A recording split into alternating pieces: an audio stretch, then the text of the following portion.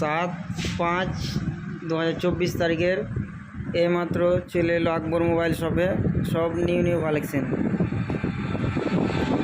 আপনারা যে কোনো মডেল নিতে হলে চলে আসবেন আকবর মোবাইল শপে। নতুন এবং সেকেন্ড হ্যান্ড সব ফোনই পাওয়া যায়।